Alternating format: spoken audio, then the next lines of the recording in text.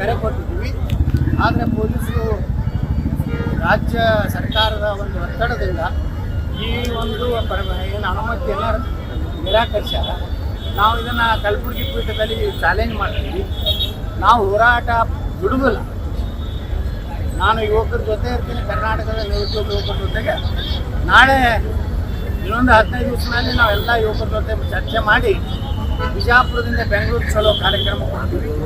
ಅಲ್ಲಿ ಸುಮಾರು 1 ಲಕ್ಷ ಯುವಕರು ಸೇರಿಸಿ ಏನು ನಾವು ಹೋರಾಟ ಮಾಡ್ತೀವಿ. ಸರ್ಕಾರದ ಪತನದ ಮೊದಲನೇ ಹೆಜ್ಜೆ ಆಗ್ತದೆ. ನಾನು ಸಿದ್ದರಾಮಯ್ಯ ಸರ್ಕಾರಕ್ಕೆ ಎಚ್ಚರಿಕೆ ಕೊಡ್ತೀನಿ. ತಕ್ಷಣ ನೇಮಕಾತಿ ಪ್ರಾರಂಭ ಮಾಡಬೇಕು.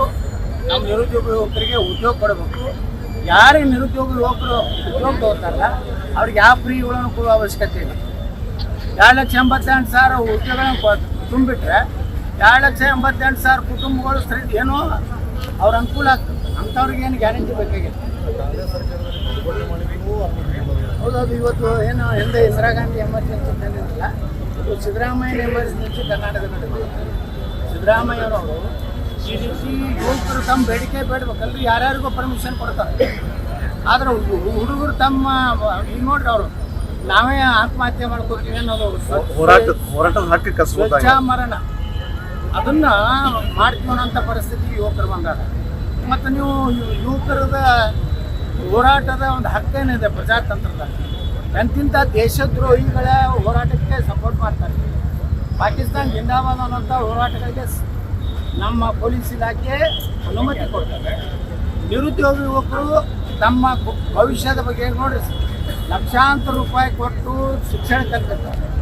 ಅವರಿಗೆ ಇವತ್ತು ನೌಕರಿ ಇಲ್ಲ ಅಂದರೆ ಅವ್ರಿಗೇನು ಮಾಡಬೇಕು? ಏನು ಅವ್ರೇನು ದಯಾಮರಣ ಏನು ಇದು ಬೇಡ್ತಾ ಇದ್ದಾರೆ, ಅದನ್ನಾದರೂ ಒಳ್ಳೇದು, ಅದರೇ ಅನುಮತಿ ಕೊಟ್ಟಿಲ್ಲ ಅಂದರೆ ಸಿದ್ದರಾಮಯ್ಯ ಸರ್ಕಾರ ದಿವಾಳಿ ಆಗಿಬಿಟ್ಟಿದೆ.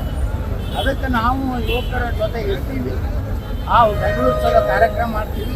ಅಷ್ಟೇ ಅಲ್ಲ, ಮುಂದಿನ ತಿಂಗಳು ನಾವು ಒಳ್ಳೆಯ ಒಂದು ಮುಹೂರ್ತ ನೋಡಿ ಕರ್ನಾಟಕದಲ್ಲಿ ಹೊಸ ರಾಜಕೀಯ ಒಂದು ವಿಚಾರವನ್ನು ಪ್ರಾರಂಭ ಮಾಡುವಂಥದ್ದು.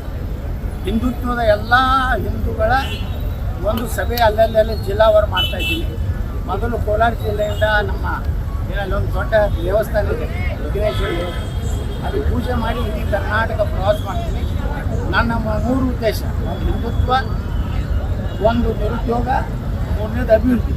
ಈ 3 ವಿಷಯ ತಗೊಂಡು ಮುಂದಿನ ದಿವಸಗಳಲ್ಲಿ ಕರ್ನಾಟಕದಲ್ಲಿ ಪ್ರಾದೇಶಿಕ ಪಕ್ಷ ಕಟ್ಟಬೇಕು ಅನ್ನೋಂಥ ಅಭಿಪ್ರಾಯವನ್ನು ಜನರು. ಯತ್ನಾಳ್ ಅವರ ಪ್ರಾದೇಶಿಕ ಪಕ್ಷ ಕಟ್ಟುವ ಚಿಂತನೆ ಈಗ ಆರಂಭ ಆಯಿತು. ಮುಂದಿನ ತಿಂಗಳ ಮೇದಲ್ಲಿ ಒಳ್ಳೆಯ ದಿನ ನೋಡಿ ಇಡೀ ಎಲ್ಲ ಜಿಲ್ಲಾ ಕೇಂದ್ರ ಮೊದಲು ಹೋಗ್ತೀನಿ.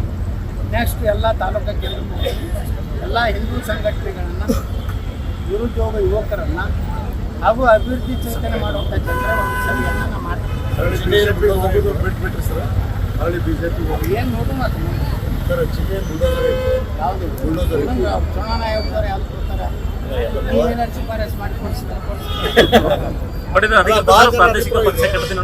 ಅಧಿಕೃತವಾಗಿ ನಾ ಮೊದಲು ಅಭಿಪ್ರಾಯ ತಗೋತೀನಿ. ಇಡೀ ರಾಜ್ಯದಲ್ಲಿ ಅಭಿಪ್ರಾಯ ತಗೊಂಡು ಒಂದು ಏನು ನಿರ್ಣಯ ಮಾಡಬೇಕು ಮಾಡ್ತೀನಿ. ಕ್ಷಣ ಕ್ಷಣದ ಸುದ್ದಿಗಳಿಗಾಗಿ ಫ್ರೀಡಂ ಟಿವಿ ಸಬ್ಸ್ಕ್ರೈಬ್ ಮಾಡಿ, ಲೈಕ್ ಮಾಡಿ ಹಾಗೂ ಫಾಲೋ ಮಾಡಿ. ಹೊಸ ಸುದ್ದಿಗಳ ನೋಟಿಫಿಕೇಶನ್ಗಾಗಿ ಬೆಲ್ ಐಕಾನ್ ಮೇಲೆ ಕ್ಲಿಕ್ ಮಾಡಿ.